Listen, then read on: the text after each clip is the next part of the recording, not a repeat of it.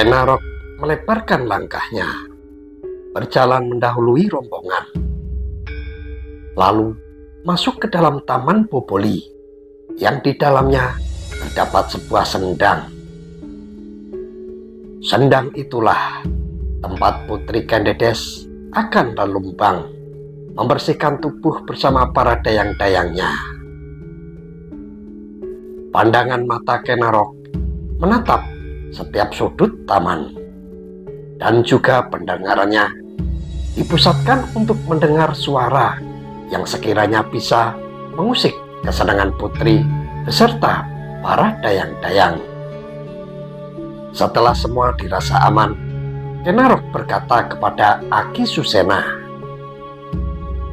"Semua baik saja, Ki, masuklah." Mendengar perkataan ini, Ki Suseno justru tertawa walau agak ditahan-tahan. Kenarok mengernyitkan dahi, tanda terheran. Kemudian bertanya lagi, "Mengapa Ki tertawa? Apa ada yang salah dari diri saya, Ki?" Takut Kenarok tersinggung, Ki Susena segera menjawab, "Tidak, Ki Lurah Kenarok. Karena memang Ki Lurah baru sekali ini menghantar, jadi belum tahu tata caranya. Maafkan kalau tadi saya belum sempat menjelaskan bahwa siapapun pria tidak diperbolehkan masuk selain Gusti Aku dan pengawal yang menjaga keselamatan Gusti Putri. Jadi sekarang persilahkanlah Gusti Putri Ki Lurah." Kenarok terdiam beberapa saat sebelum akhirnya ia berkata, "Oh, maafkan kebodohan saya, Ki." Lalu disambung dengan suara sedikit keras bernadakan perintah, "Turunkan Gusti Putri dari tandu." Para prajurit pengusung tandu pun lalu merendahkan badan secara bersamaan. Dua dayang menghampiri tandu untuk kemudian membuka kain tabir penutup. Maka keluarlah sang putri dari dalam tandunya. Kenarok tercengang. Sungguh, selama hidup sampai usianya kini, baru saat ini ia melihat sosok perempuan yang sangat sempurna. Kecantikan alami Kendedes memang termasyhur diperbincangkan oleh banyak lelaki.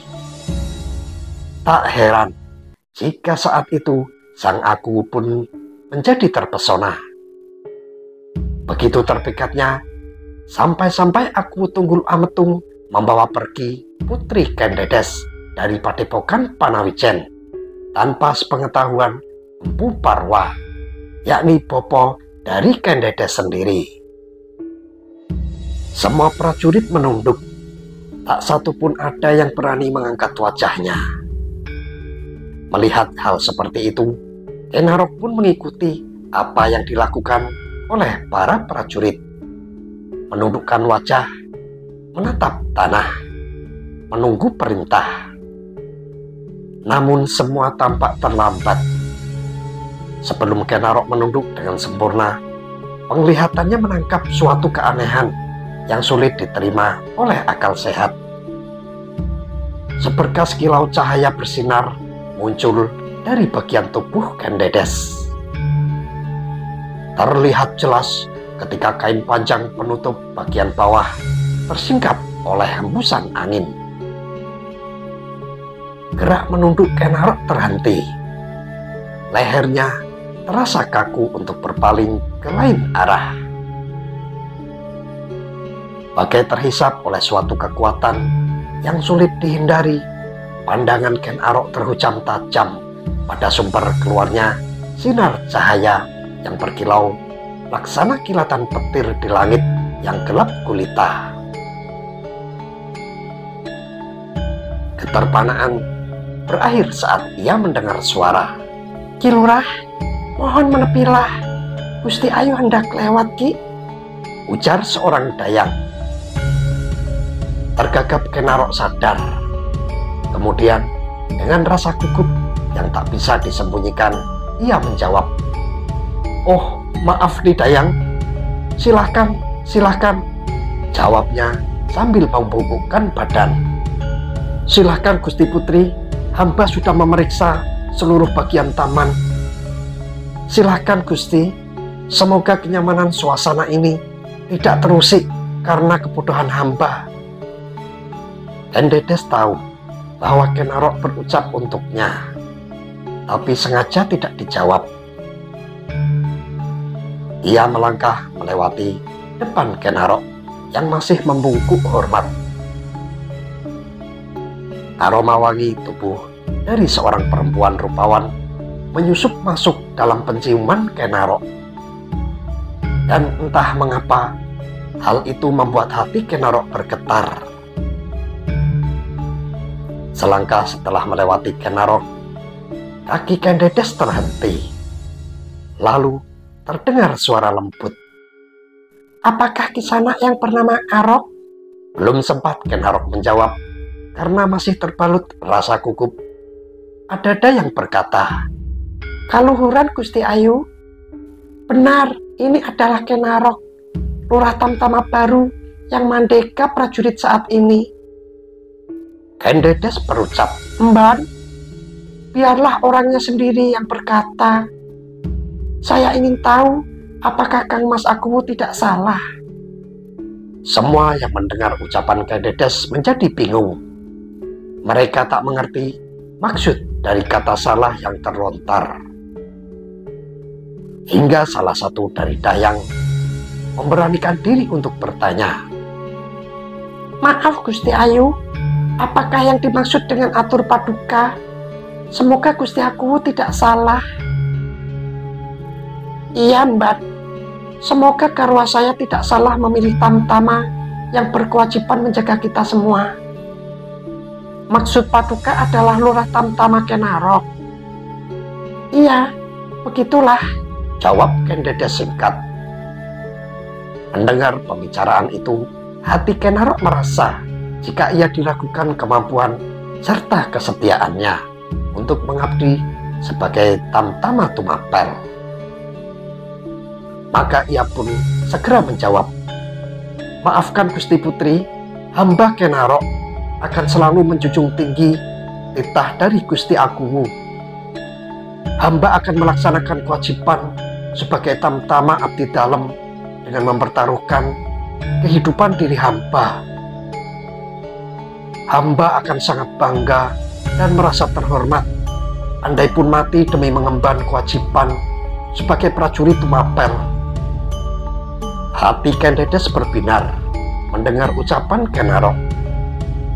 Namun demikian, ia berusaha untuk menyembunyikan perasaan itu dengan dingin, tanpa reaksi ekspresi wajah yang menunjukkan kesenangan sebuah hati. Ken Dedes justru berbicara kepada para dayangnya, "Mban, apakah piranti pasiraman sudah disiapkan, Mban?" "Nggih Gusti, semua sudah kami siapkan." "Baiklah Mban, mari kita bersukacita di Patirtan." "Sendika Gusti Ayu." "Ken Arok, hamba Gusti Putri, masuklah ke dalam taman bersama kami. Sendika, titah Gusti akan hamba laksanakan." Ken Dedes melanjutkan langkahnya diiringi oleh para dayang kaputren. Jarak beberapa tombak di belakang Ken Dedes, langkah Ken Arok pun mengikuti sampai di dalam taman. Setelah dekat dengan sendang, mereka berhenti.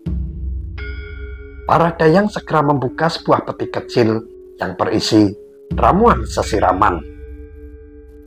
Terdengarlah suara Ken Dedes, "Ken Arok, carilah tempat untuk istirahat kamu, tapi jangan terlalu jauh dari sendang."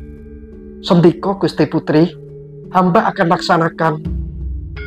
Setelah membungkuk hormat kepada Ken Dedes, Ken Arok menjauhi sendang, melangkah berbalik arah, tetapi tidak mencari tempat istirahat. Kakinya bergerak perlahan mengitari taman. Pandangannya menikmati warna-warni bunga yang sedang mekar mengembang, menebar aroma wangi. Dikelilingi kupu-kupu terbang rendah, seakan pamer keindahan sayap-sayap mereka. Langkah Ken Arok kadang terhenti bila ada sesuatu yang menarik perhatiannya. Dan sekarang pandangan mata Ken Arok sedang mengamati sebuah bilik yang ada di dalam taman. Bilik itu tidaklah begitu besar, akan tetapi tampak sangat bagus dan terawat rapi. Tertarik dengan keadaan yang ada, Ken Arok mengayunkan langkah mendekatinya. Sesaat kemudian, barulah ia tahu bilik tersebut adalah tempat peristirahatan sang Akuwu bila berkunjung ke Patirtan bersama sang Prameswari Ken Dedes. Diam-diam Ken Arok berpikir, alangkah berartinya sebuah kehidupan bila ditopang dengan harta, mahkota, dan kesetiaan seorang wanita. Dari pemikiran yang muncul tiba-tiba, akhirnya berubah menjadi sebuah hayalan. Ia mengandaikan dirinya adalah Akuwu, mengandaikan beristri Ken Dedes, mengandaikan memiliki kekuasaan wilayah yang luas, mengandaikan dirinya disembah oleh para kawula, hingga pengandaian itu berakhir dalam bentuk keinginan, sebuah ambisi. Ken Arok kembali melangkah, menyusuri jalanan taman yang sedikit lebih tinggi dari letak sendang. Lalu berhenti di bawah pohon rindang. Ia pun duduk bersandar pada batangnya. Terdengar kicau burung, terdengar gesekan daun bambu dari luar taman. Juga terdengar suara tawa riang dari sendang. Ken Arok berpaling ke arah suara tawa itu. Sekilas dari celah dedaunan yang bergerak-gerak, Ken Arok menangkap bayangan orang yang bercanda sambil bermain air patirtan. Mereka itu adalah 4 dayang kaputren yang membersihkan kulit tubuh Gusti Putri Ken Dedes. Kembali untuk kedua kalinya, Ken Arok dibuat terpana. Dalam temaramnya sinar senja hari, Ken Arok melihat pancaran cahaya bersinar dari tubuh Ken Dedes. Entah itu hanya dirinya yang tahu atau semua orang juga tahu. Tapi kenapa para dayang-dayang bersikap seakan tidak melihat apa-apa? Apa karena mereka sudah terbiasa dengan pemandangan itu? Sore hari mulai meredup. Sang Hyang Bagaskara sepertinya akan segera digantikan oleh rembulan. Ken Dedes memberi isyarat kepada para dayang untuk mengakhiri lelumbang mereka. Mereka lalu kembali ke pendopo sebelum hari benar-benar gelap. Tampak wajah yang berseri-seri dari para dayang. Hal yang sama juga terlihat pada wajah ayu Ken Dedes. Seperti saat berangkat, iringan kelompok kecil itu melewati jalan yang sama. 4 prajurit di depan, 4 prajurit pengusung tandu, selebihnya berjalan di belakang tandu. Sedang para dayang bersama Ken Arok berjalan tak jauh dari tandu yang di dalamnya ada Ken Dedes. Namun, hal tak terduga terjadi. Sebelum jauh iringan itu berjalan, segerombolan orang menghadang. Ki Suseno berkata, "Iluwah, tampaknya ada yang berniat tidak baik menghalangi rombongan ini. Kami harus bagaimana, Ki?" Ken Arok menjawab pelan, "Hentikan tandu dan perintahkan para prajurit untuk berdiri melingkar melindungi Gusti Putri beserta dayangnya. Saya dan 4 prajurit di depan tetap berjalan menghampiri para penghadang. Baiklah Ki Lurah. Ki Suseno tetap di sini menjaga Gusti Putri. Jangan sampai Gusti Putri keluar dari tandu. Sendiko Ki Lurah. Setelah memberikan perintah, Enarok melangkah cepat menghampiri para penghadang itu. Lalu ketika jarak belum begitu dekat, Enarok sudah menghardik. Siapa dan mau apa kalian menghalangi jalan kami? Salah satu dari penghadang lalu menjawab, kami wong liar dari Kali Gede Kisanak. Kami menginginkan sedikit dari yang Kisanak bawa, yang ada di dalam tandu. Mendengar jawaban itu, Enarok merasa tidak asing dengan sebutan gerombolan Kali Gede. Ia kenal dengan pemimpinnya. Bahkan dalam satu perkelahian saat di arena perjudian, ketua wong liar yang bernama Ki Selolepen dari Kali Gede dibantu beberapa temannya dibuat terkapar. Kalau saja Enarok tidak dilarang oleh Ki Bango Samparan, pastilah Selolepen sudah mati olehnya. Karena itu, kemudian Enarok berkata kepada para penghadang di depannya, suruh tetua kalian Selolepen datang dan merampok ke sini. Katakan, Enarok menunggu. Para penghadang itu bukannya menjawab, tapi malah tertawa sambil mengejek. Seketika, Enarok yang sudah sangat marah itu meloncat menyerang orang terdepan dari penghadang tersebut. Gerakannya sangat cepat dan tidak terduga, sehingga tanpa diketahui dengan jelas, 3 dari kawanan penghadang itu roboh tersungkur. Dan Enarok pun mencengkeram leher orang yang lain sambil membentak, kalian pergi atau mau mati di sini? Belum sempat ada yang menjawab, tiba-tiba muncul dari kegelapan seseorang sambil berkata, sudahlah Kakang Ngarok, lepaskan orang-orangku, biarkan mereka pergi.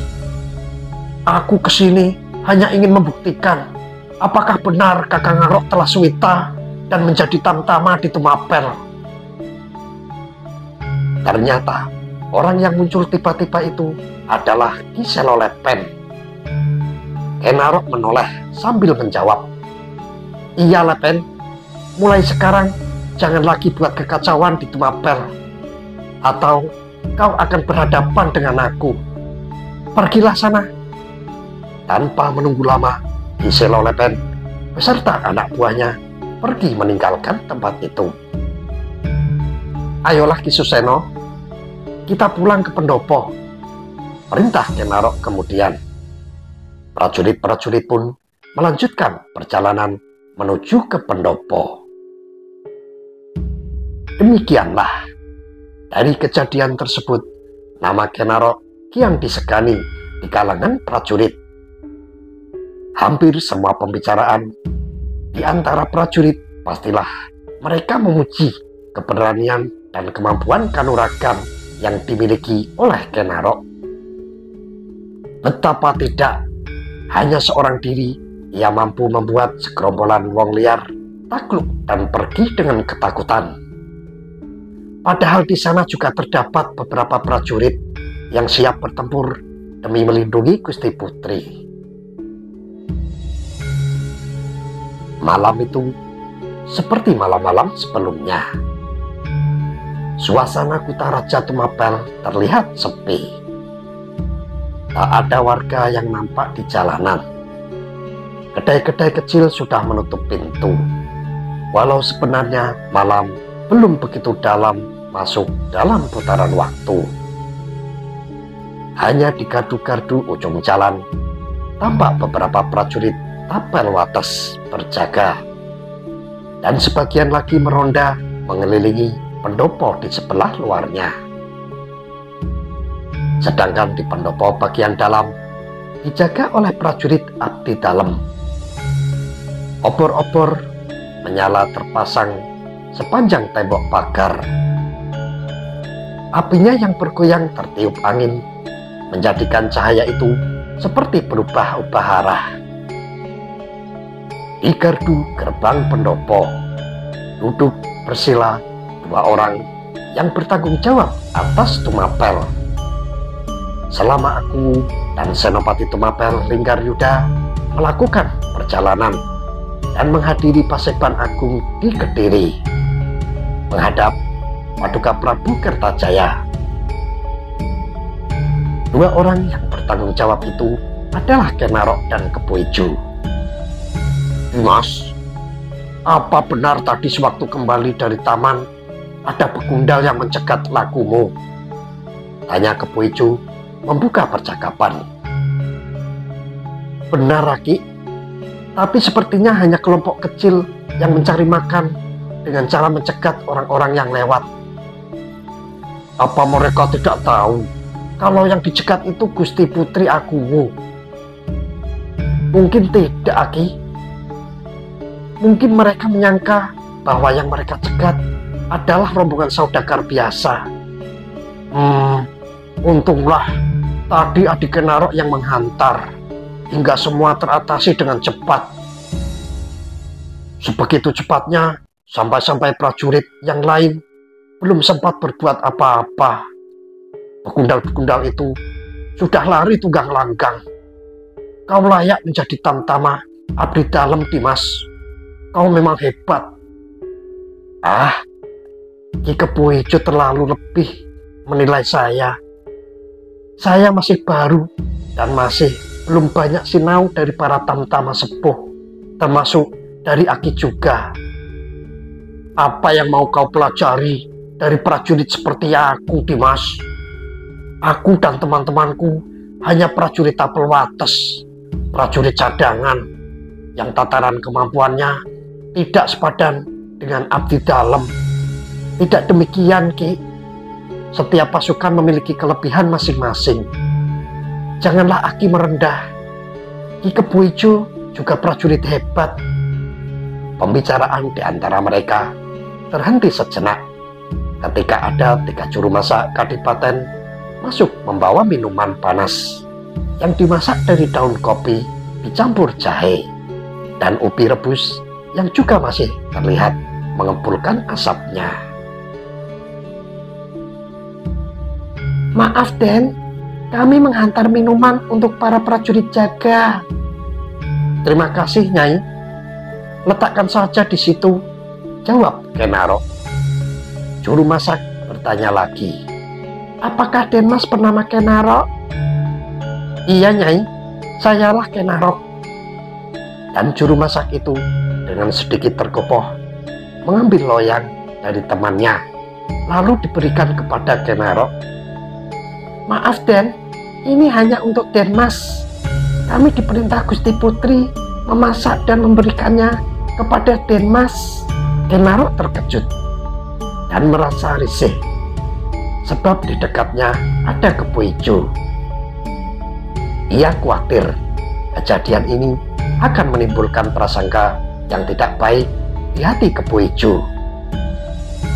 Karena itu, sebelum menerima pemberian dari juru masak, ia memandang seakan minta pendapat kepada Kebo Ijo. "Terimalah hadiah, Rok. Itu hadiah untukmu dari Gusti Putri atas kerja yang bagus tadi sore. Terimalah." Kenarok menjulurkan tangan menerima loyang dari juru masak. "Sampaikan terima kasih saya kepada Gusti Putri ya, Nyai. Nanti saya akan memakannya bersama Ki Kebo Ijo." "Iya, Denmas. Permisi. Silahkan, Nyai." Sesaat setelah ketika juru masak itu berlalu meninggalkan gardu, rasa risih Kenarok kembali muncul. Sampai akhirnya Kebo Ijo mencairkan keadaan dengan berkata, "Engkau beruntung, Dimas. Baru 2 hari kau sudah mendapat perhatian khusus dari semua orang di pendopo ini." Aki bisa aja." Kenarok menunduk menyembunyikan rasa malunya. Dan kemudian ia berkata lagi, "Silahkan, Ki, nikmati saja berkat ini." "Masalah gampang itu, Dimas. Akan terasa lebih nikmat jika kita makan pada saat perut keroncongan. Oh begitu, terserah Ki sajalah. Dimas, boleh aku sarankan sesuatu? Kebo Ijo berkata dengan sungguh-sungguh. Apa itu Ki? Kebo Ijo terdiam sesaat. Ada keraguan tersirat di raut wajah Kebo Ijo. Takut kalau Ken Arok tersinggung dengan apa yang akan diucapkan. Walau itu demi kebaikan dan demi kewibawaan Ken Arok sendiri sebagai lurah Tamtama dalam kesatuan prajurit abdi dalem. Prajurit andalan Aku Tunggul Ametung. Maka dengan sangat hati-hati Kebo Ijo memberanikan diri untuk berkata, Dimas Arok, ilmu kanuragan Dimas sangatlah mumpuni untuk ukuran seorang prajurit. Karena itu Gusti aku tidaklah salah kalau menempatkan Dimas dalam kesatuan abdi dalem dengan kedudukan sebagai lurah Tamtama. Akan tetapi menurut saya ada yang kurang pirantinya. Apa itu Ki? Katakanlah, saya akan sangat senang jika ada seseorang yang mau menyebutkan kekurangan-kekurangan saya. Sungguh Ki, saya berterima kasih untuk itu. Katakanlah Ki. Kebo Ijo merasa lega. Ia sama sekali tak menduga Ken Arok telah berubah menjadi bijak serta arif dalam bertutur kata. Tidak seperti Ken Arok yang dulu diketahuinya sebagai anak muda yang kasar dan tidak bertata krama.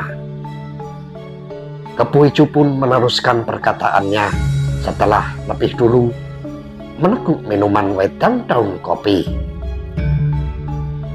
Sebagai lurah Tamtama, sudah sangat pantas jika Dimas memiliki piandel wujud keris yang terselip di punggung. Pusaka itu akan menambah wibawa seseorang yang mengabdikan diri sebagai punggawa, baik untuk tingkatan kadipaten maupun sebuah nagari. Maafkan aku Dimas, bila apa yang aku sampaikan tidak berkenan dengan pemikiran Dimas Arok sendiri. Tidak Aki, tidak ada yang salah dengan saran Aki. Saya pun sebenarnya juga berkeinginan memakai pusaka piandel sebagai piranti busana keprajuritan.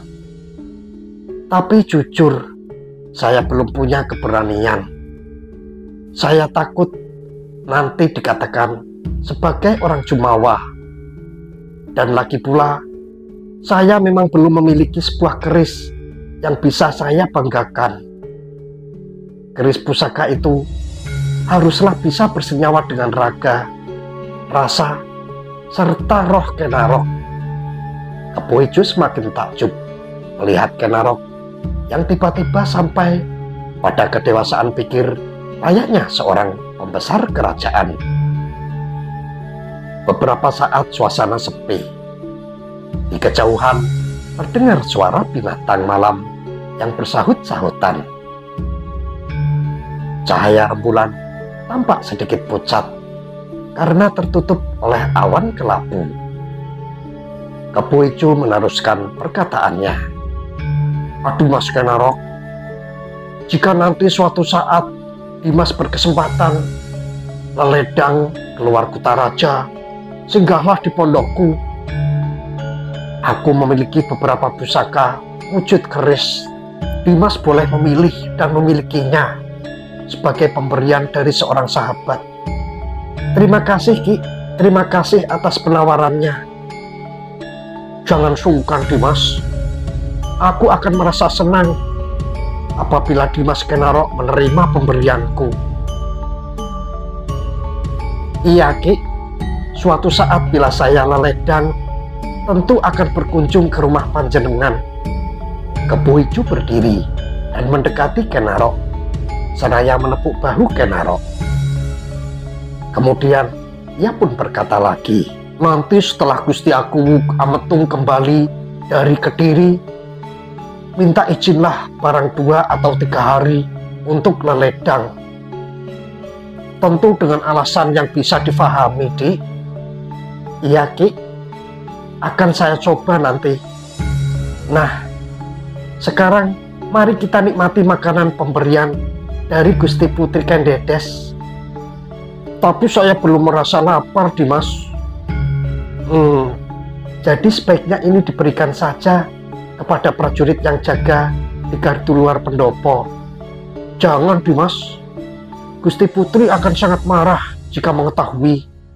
Sebab pemberian ini sebagai ucapan terima kasihnya kepada Dimas yang telah mengawal ke Patirtan tadi.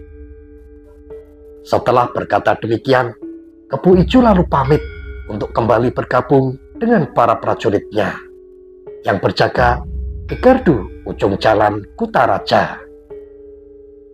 Sepeninggalnya, Kenaro berpikir tentang apa yang dikatakan oleh Kepu Ijo, yaitu pusaka keris piandel sebagai andalan bagi seorang prajurit tamtama. Namun demikian, Kenaro tidak akan mau untuk menerima keris pemberian Kepu Ijo. Sebab di dalam pemahamannya, sebuah pusaka apapun haruslah bisa bersenyawa dengan orang yang memiliki, harus manunggal raga, rasa, dan roh. Dan itu hanya bisa terjadi dengan lelaku tapa berata, memohon welas asih dari para dewa.